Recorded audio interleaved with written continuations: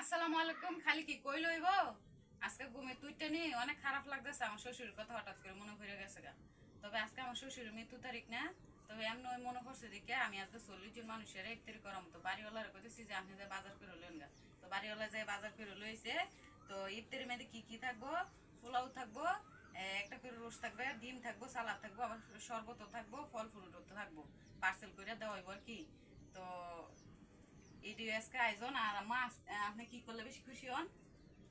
কি করলে খুশি হই? আল্লাহ বাঁচাইলে আমার বউর মনরা আল্লাহ দিলে একটা বাড়া আমার বউর মনরা আল্লাহ মা বুধে দয়ালে তো বিঘে দেখ আমার বউ যেন আরো বেশি বেশি করে মানুষেরা খাওয়াই তারা আল্লাহ আমার বউরে ডাইলে দিব। আমি দোয়া করে যাই। তো কিন্তু ভোরের লেগে যেন করো না, আমি মল্লা করবি নি। এই কথা কোন কিন্তু না মরতেন কে আল্লাহ আপনার বাঁচাল হোক। আমার তো যেতলা ছিল সেতলা হয় আপনার দেলা হোক।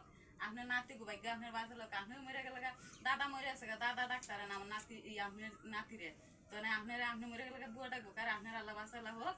এই কথা কইেন না। তো এইটা আর আমারে আমারে তুই করবি, তোর ভূতের বউ তোরে তোরে করবি। আপনার এই দোয়া করে দিয়ে যায়েন।